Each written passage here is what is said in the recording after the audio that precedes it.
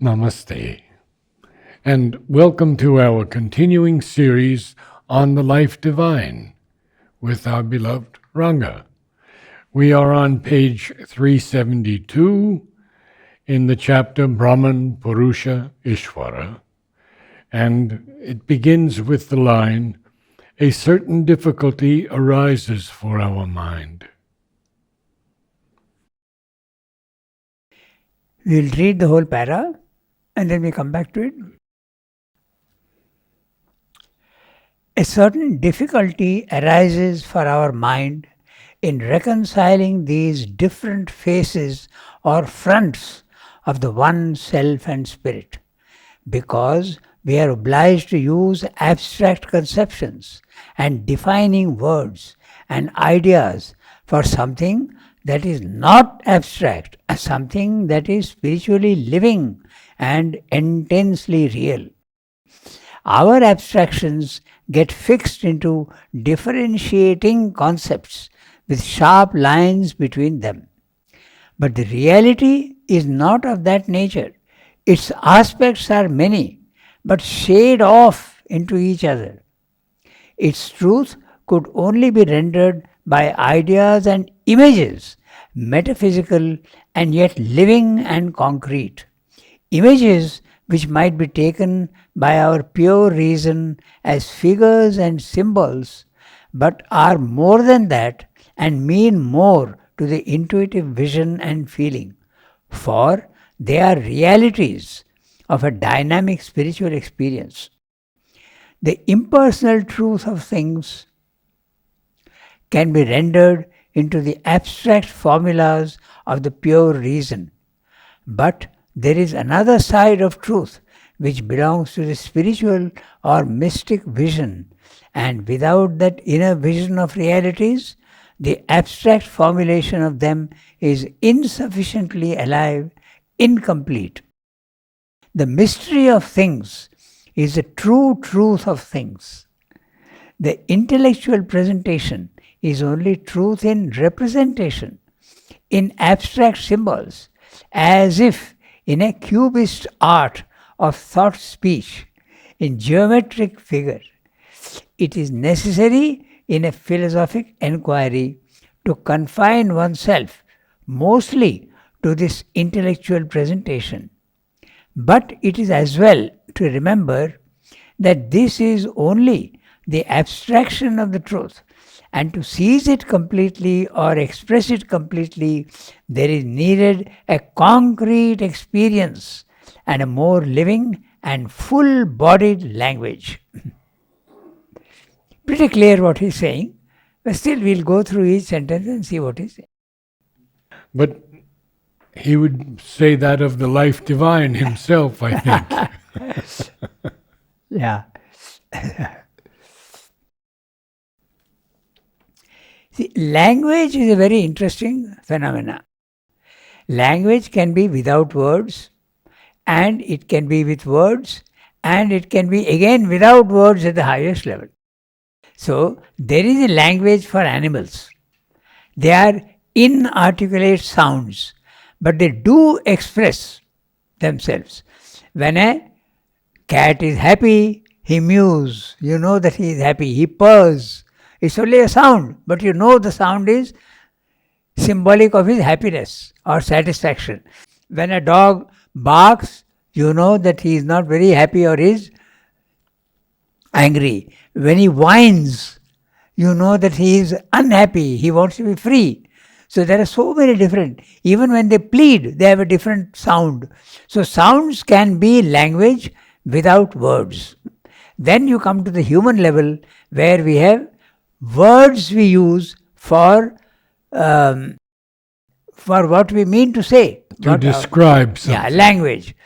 But the problem is that the word limits you. And that is why, and also defines something. There can be so many shades of the same meaning. And therefore, you have poetry which is suggestive only of words. Okay, so you have to go beyond words to get to the truth. So when you go to the next level of consciousness, language is not necessary. The vibrations themselves come into you and you know what is being expressed. So it is without words. So if there are no words, how are you going to explain your experience to someone who is living in the in the world of language? You have to use symbols. And they are metaphors and similes and symbols, and then you get a more flexible image of what is trying to be expressed. And Savitri is full of them. Full of images. Even here also there is a very interesting, Yes, he has yes. put an image. We'll discuss that. So keep this in mind. That's exactly what he's saying here, that words distort and you have to go beyond the words. In fact, in the Upanishad it says that when the mind goes up, the mind, mental mind, which is using words, it goes up to the truth and comes back baffled without having grasped the truth in words. Yato vacho nivartante aprapya manasasa. It goes up and comes back because it has not been able to grasp with words. Okay, so a certain difficulty arises for our mind, lowercase mind, in reconciling these different faces or fronts of the one self and spirit. We'll stop here. So we know that the ultimate reality is only one and it expresses itself in the many. But that one, while expressing itself, takes different poises at different times. We have discussed that. The chapter is exactly that. Brahman, Purusha, Ishvara. And corresponding to that, Chit, Shakti. Shakti at the lower level where there is Brahman is Maya, the illusion-making capacity of the divine. Then Purusha, you get Prakriti. Prakriti is mechanical unconscious energy, what we see in the physical world. You go to the next level of consciousness, this consciousness becomes personal and impersonal. It's a king who is ruling his kingdom, and the power that you were seeing here is his own power. So three different things of the same one self and spirit. So there's a problem for the mind. Which one is the truth? And this, I feel, is why Sri Aurobindo so often uses different words in Savitri to explain the divine. Yes. The all-wonderful. Yes. The all-beautiful. The immaculate. Yeah. Even his ideas he expresses in different ways. That is why it is so interesting to see his use of words. And he is saying the same thing, but he uses a set of words here, he uses a set of words there, he uses a set of words there. So it's interesting. A certain difficulty arises for our mind, our normal mind, in reconciling these different faces or fronts of the one self and spirit, because we are obliged to use abstract conceptions and defining words and ideas for something that is not abstract, something that is spiritually living and intensely real. We might as well mention something here, here in the physical world we have matter. It is something tangible, solid. It resists. You can do whatever you want with it. But as you keep going up in the higher levels of existence, this substance continues to be. It is not that your thoughts are without substance. They have substance. The vital also has got substance. All these planes have got substance. At the highest level also it is substance. So it is something concrete. When he is using the word concrete, it is substantial. Yes. The subtler the thing, the more real it is and the more concrete it is. This sounds very funny, but that's the truth. Okay, so that's what he's saying. For something spiritually living and intensely real, our abstractions get fixed into differentiating concepts with sharp lines between them. We know that our mind is capable of analysis, and it is not an instrument of synthetic capacity. It is not. It analyzes and then adds up things to understand things. But a synthetic perception is understanding the whole at once without dividing. So that the mind doesn't have. So our abstractions get fixed into differentiating concepts. We have different ideas and different concepts with sharp lines between them. But the reality is not of that nature. Its aspects are many, but shade off into each other. Now that's an interesting thing. Again, we can use an image for us to understand the rainbow colors. All the colors are running into each other. Okay? So that's what he's saying. Or you can use the image of a ramp. It's not a staircase. It's a ramp. There's a smooth transition from one to the other. Its truth could only be rendered by ideas and images, metaphysical and yet living and concrete. Images which might be taken by the pure reason as figures and symbols, but are more than that and mean more to the intuitive vision and feeling, for they are realities of a dynamic spiritual experience. It is when you use your subtle sight, you see the subtle substance. So you see the truth. You don't need words to express it.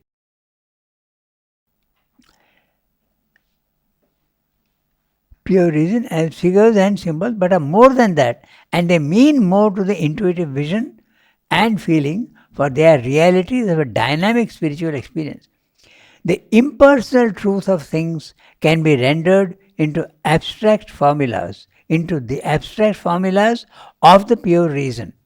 But there is another side of truth which belongs to the spiritual or mystic vision, and without that inner vision of realities, the abstract formulation of them is insufficiently alive, incomplete. So vision, Sri Aurobindo says, is the most important of the senses. Vision and hearing are the main things, but if vision is not there, then your knowledge is incomplete. The mystery of things is the true truth of things. Oh. True truth. Because there's a gradation. That's exactly what he's saying.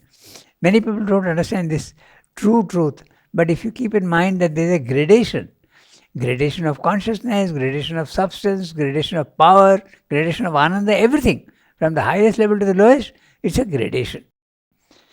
And this is a very, this concept we must understand fully, because it explains many, many things. Otherwise, concepts become clear when you understand this gradation. The gradation is there even in the sea. The gradation is there in the atmosphere. When you keep going higher and higher, the air becomes rarer and rarer, subtler and subtler, until finally, 100 miles in space, no air at all. You float. No gravitation. The mystery of things is the true truth of things. The intellectual presentation is only truth in representation. It represents something. A photograph represents the mother, and through that photograph you can actually go to the thing which the photograph represents. We have mother's symbol also. I don't have it on me now. That also will lead you to mother. It's a symbol, but representation, he means that. Representation in abstract symbols, as if in a cubist art of thought speech, in geometric figure. Very interesting what he's saying. We know that Cubism was started by, in the 19th century, 20th century, the Cubism started. The whole idea was that there is a truth behind form. So before that, they were doing only portraits. Rembrandt and others were doing only portraits mostly. Even Italy, in Botticelli, he was doing also figures of goddesses and all that.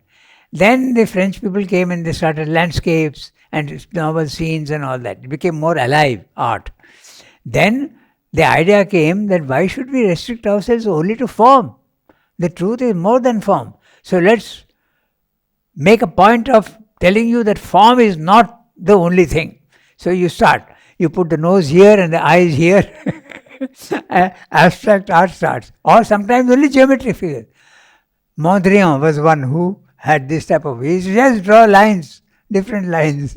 Oh, Dali also and Picasso. Dali also Picasso. Picasso was an excellent artist in the beginning. Traditional art. He was very good. But then he shifted to this type of representative art. So that's why Swami is saying all words are only representations. They are not the truth. The mystery of things is the true truth of things. The intellectual presentation is only in truth and in representation, in abstract symbols, as if in a cubist art of thought speech, Just think of that. Thought, speech. Thought is subtle, speech is gross. You can hear, is available to the senses. In geometric figure, it is necessary in a philosophic inquiry to confine oneself mostly to this intellectual presentation.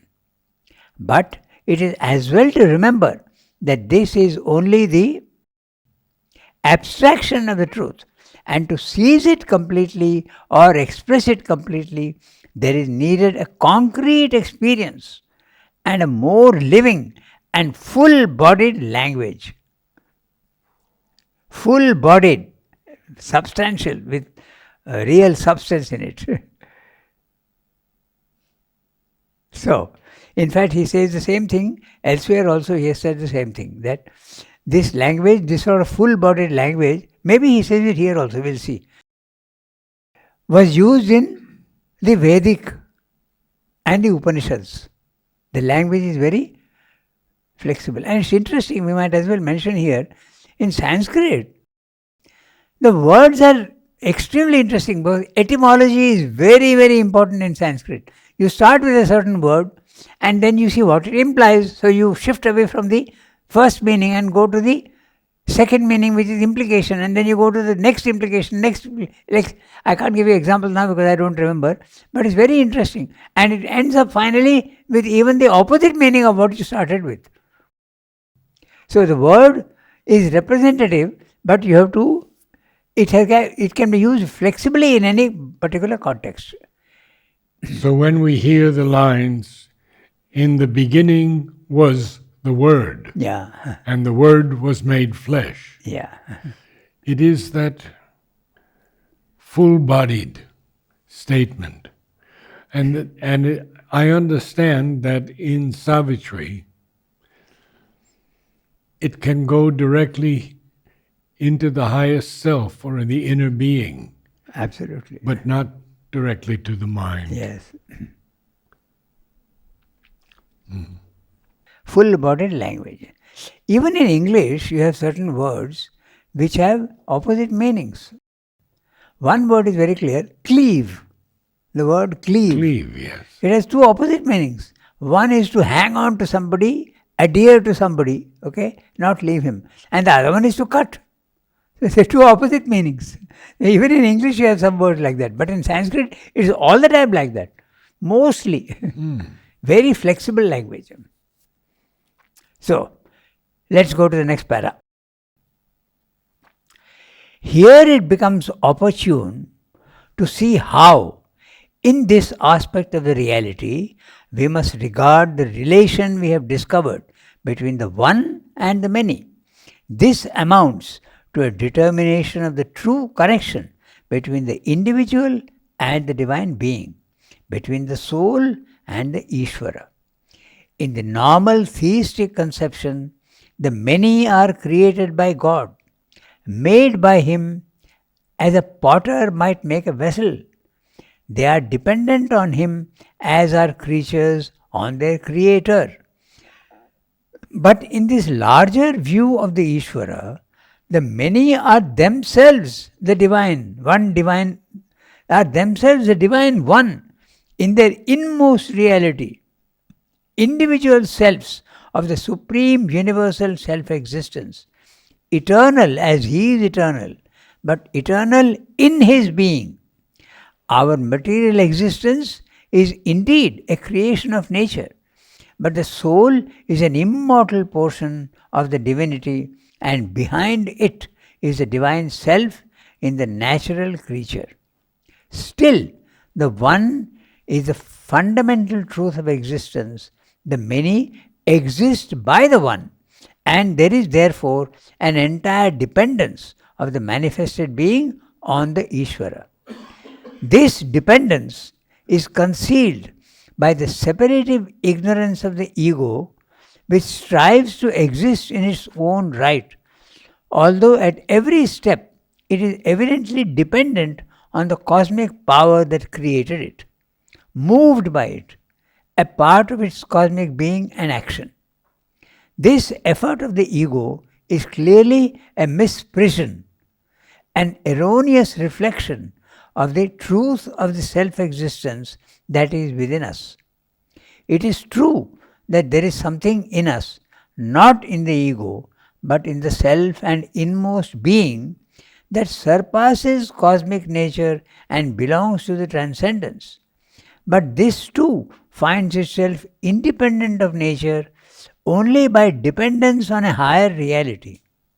It is through self-giving or surrender of soul and nature to the divine being that we can attain to our highest self and supreme reality.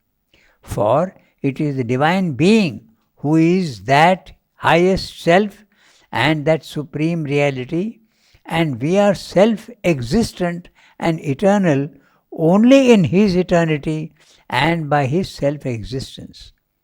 This dependence is not contradictory of the identity, but is itself the door to the realization of the identity. So that here again we meet that phenomenon of duality expressing unity, proceeding from unity and opening back into unity, which is the constant secret and fundamental operation of the universe. It is this truth of the consciousness of the infinite that creates the possibility of all relations between the many and the one, among which the realization of oneness by the mind, the presence of oneness in the heart, the existence of oneness in all the members is the highest peak, and yet it does not annul but confirms all the other personal relations and gives them their fullness, their complete delight, their entire significance. This too is the magic, but also the logic of the infinite. So, There's a lot here. huh? There's a lot to say here Yeah. in this paragraph. Yeah. Yeah. I have a question about a word, Yeah. because it says that the ego is clearly a misprision. Yeah. Prision. Misprision. It's pronounced misprision. Misprision. And a misunderstanding. Ah, I checked it. misprision. Yeah. ZH. Misprision. Okay. It's a misunderstanding. Hmm. Not grasped in the right way. So, we look at each sentence. Good. So, here it becomes opportune to us. Here it becomes opportune to see how, in this aspect of the reality, we must regard the relation we have discovered between the one and the many. Now, we stop here. He is saying very clearly, we have discovered the relation between the one and the many. There are any number of other philosophies where there is no relation. The one and the many are totally separate.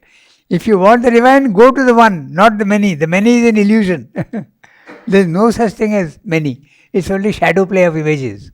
So, this is saying we have discovered there is a relation between the two. So, this amounts to a determination of the true connection between the individual and the divine being.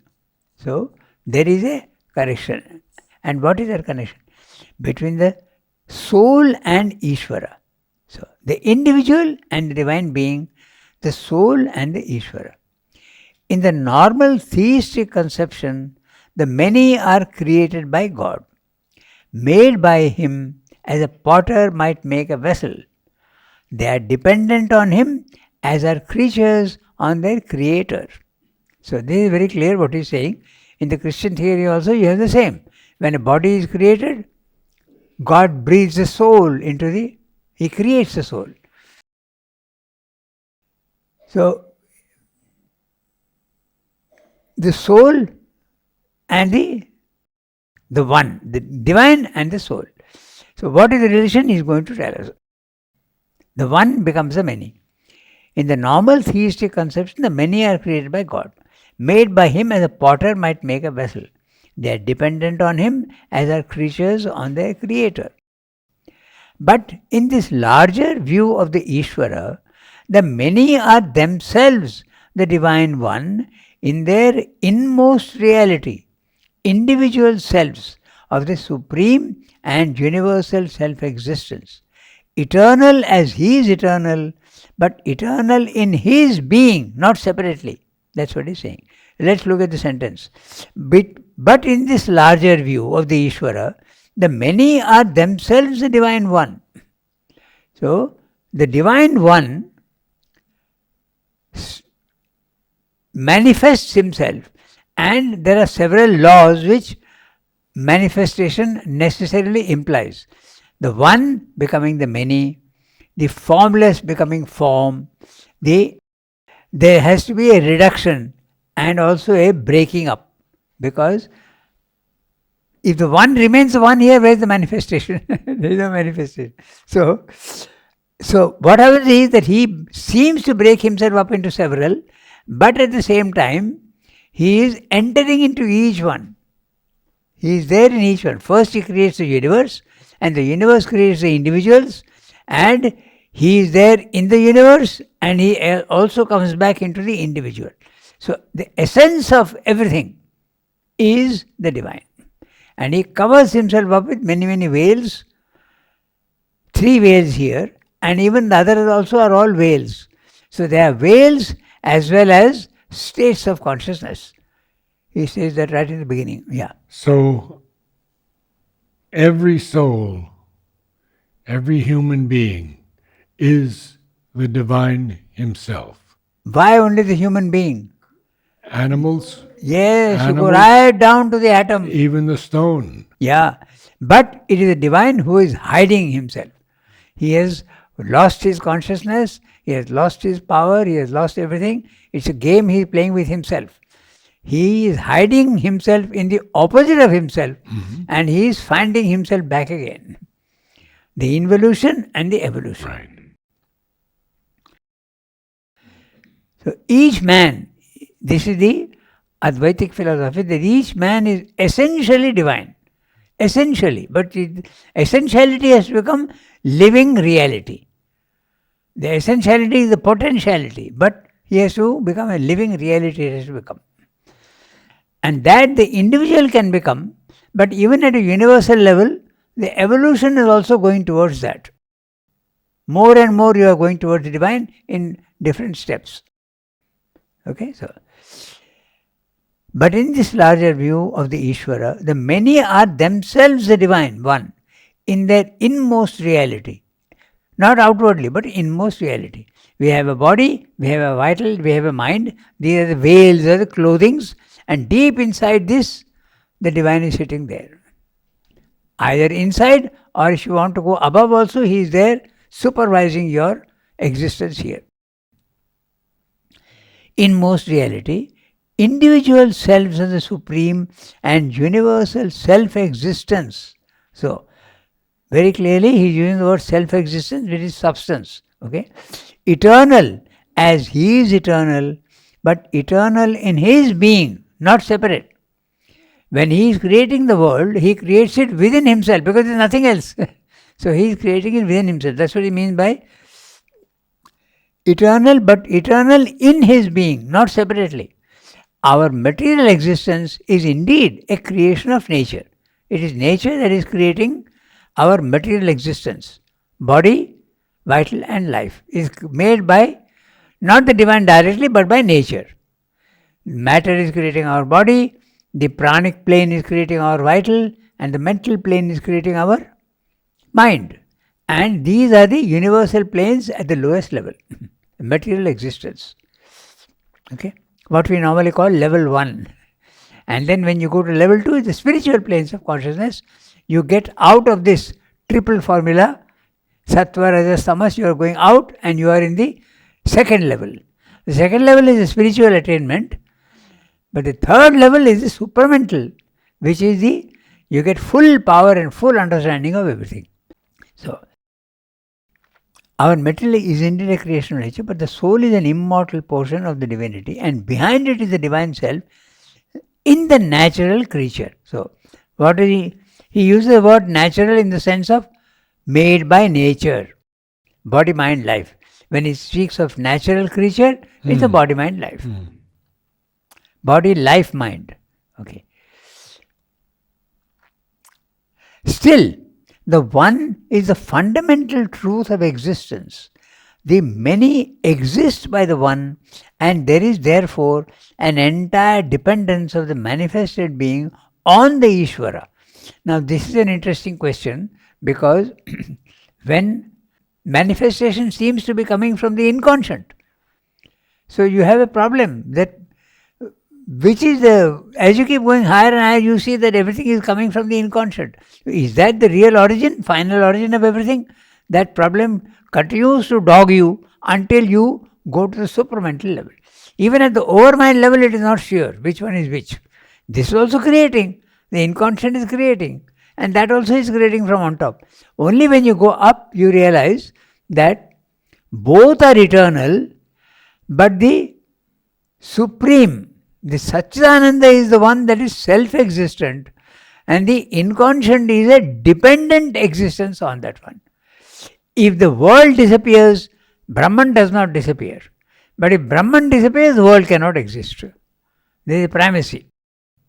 But if the individual soul is totally ignorant of to the begin divine, with. to begin with, and through its life stays ignorant. Okay. But he has another chance. Another chance in the next life. It's a slow process. In fact, that's why the Tantra says that it takes 1 lakh lives, 100,000 lives to come up to the human level. First you are an atom in matter, unconscious, just an individual, material individual. Then you come into a small living. It's a consciousness that moves into a living creature because it's available. Then it moves into a higher living form. It's a consciousness that is evolving and using the complexity of the biological form, which is allowing it to go into a higher level of awareness until you come to our. So it makes. Question. Now, we are humans. When we pass away, how long does it take to come back? When we pass away? How long does it take to take a new birth? Oh, that's an interesting question, and recently somebody asked about it also. There is no fixed time as such. But normally, Srinanda says, it is said, it is believed, that is about 2 years. I've heard that. Yeah. Yes. He says in the letter that it is said, it is believed that it is 2 years. But it's not 100% sure. For instance, Mother and Srinanda are still there in the Subtle world. Physical. And also it's a known fact that when one passes out of the body, and this is the report that people give you, those who have had the experience of the NDE, near-death experience. You come out of your body, you experience the subtle worlds, and then you come back. Okay. So, several cases are there where your relatives who have passed away before you, they come and receive you and take you because it's an unknown territory, and they tell you where to go and what to do. So your relatives, it may be your father, it may be your guru, or it may be your sister or your grandmother. They come and you recognize the soul, not the body, mind, life, but you recognize the soul and they guide you to where Sri you have to go. Aurobindo writes about this. Pardon? Sri Aurobindo writes about this. He has confirmed.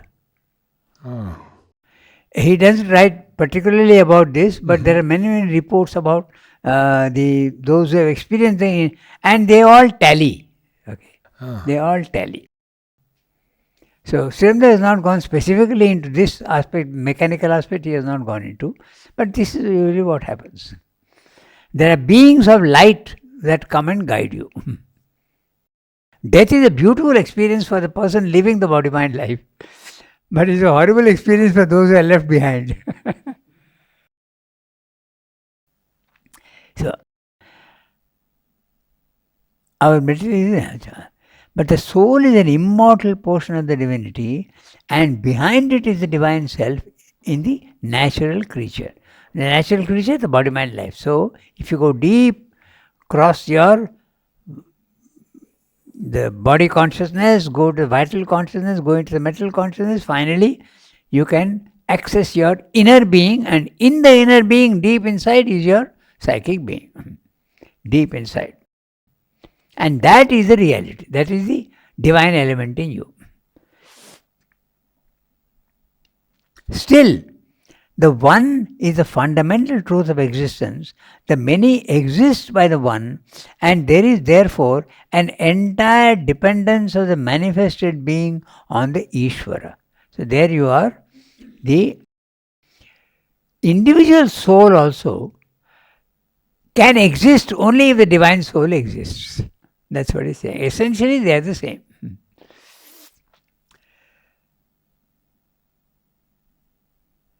This dependence is concealed by the separative ignorance of the ego, which strives to exist in its own right, although at every step it is evidently dependent on the cosmic power that created it. So the ego, your body is created by nature, your vital is created by nature, and your mind also is created by nature, and to organize these three elements, it creates also the ego and centralizes the being with the ego. So once you go above, you don't need the ego, your true individuality takes over and the ego gets dissolved. Just as your body gets dissolved, your vital gets dissolved and your mind gets dissolved, the ego also gets dissolved. A subtle form of it may remain, that can remain, because even the ego has got gradations. We spoke about gradations. So it's a gross ego here in the physical world, expresses itself in arrogance and sense of superiority and all these things. And in the subtle world, you can have the instrumental ego. The ego disappears, but you realize that the divine grace has come to you and you feel that I am an instrument of the divine. There also there is a little egoism. Instrumental ego, he calls it. And then even when that goes away to a higher level even, there is a spiritual ego. Yes. That's the subtlest of all. But that's not the spiritual ego that we see in life today. I know. The spiritual ego is a very subtle form of individuality. You have to see the relation between individuality and ego. So, let's finish the para. This effort of the ego is clearly a misprision. It's a misunderstanding and a falsehood. An erroneous reflection of the truth of the self-existence that is within us. The ego does not understand and it misinterprets. It is true that there is something in us, not in the ego, but in the self and inmost being. So he is using two words, in the self and the inmost being. The self is that which does not manifest, it remains up in the spiritual worlds and supports you. That's your self. And the inmost being is your psychic being. So it can be vertically up and inside. And since your true being is double, the self and the psychic being comes down into manifestation. The self does not come down into manifestation. It remains static and supports you. But the psychic being is in manifestation and it grows. From life to life it grows. So, since it is double reality, he calls it the central being. The central being can be this or that. Depends on the individual. And at some stage, the two can join. The psychic being and the self can also join and become one. Self gives you knowledge and the psychic being gives you love. And you can have both if they are joined. Belongs to the transcendence. But this too finds itself independent of nature only by dependence on a higher reality. Which one? The self. Okay, that's what he's saying. But this too finds itself independent of nature only by dependence on a higher reality. What he means is that when you go out of your body-mind life, you realize that you are not a body-mind life. You are not part of nature. You are above nature. That's a transcendent experience. Transcendent experience is you are not part of nature. You are outside nature. So that's what he's saying. But this too finds itself independent of nature only by dependence on the higher reality. It is through self. How do you attain to this? It is through self-giving or surrender of soul and nature to the Divine Being that we can attain to our highest self and supreme reality.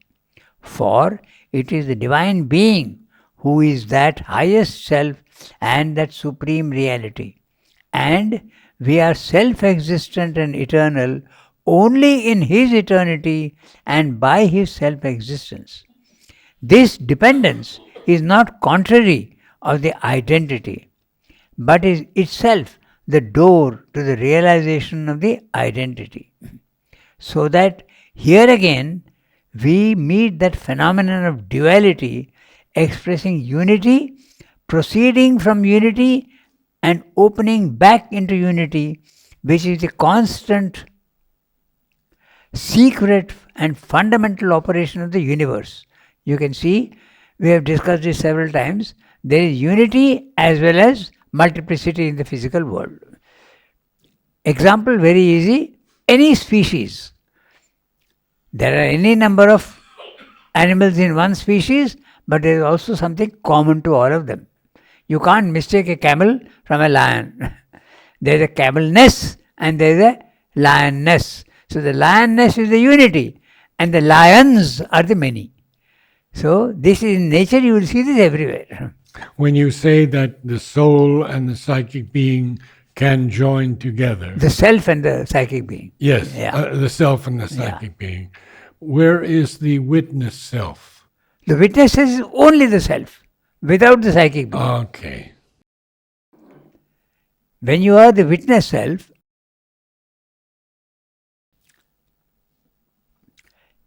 the psychic may not be there at all. That's what happened to Sri Aurobindo. Only peace and calm and quiet. Okay?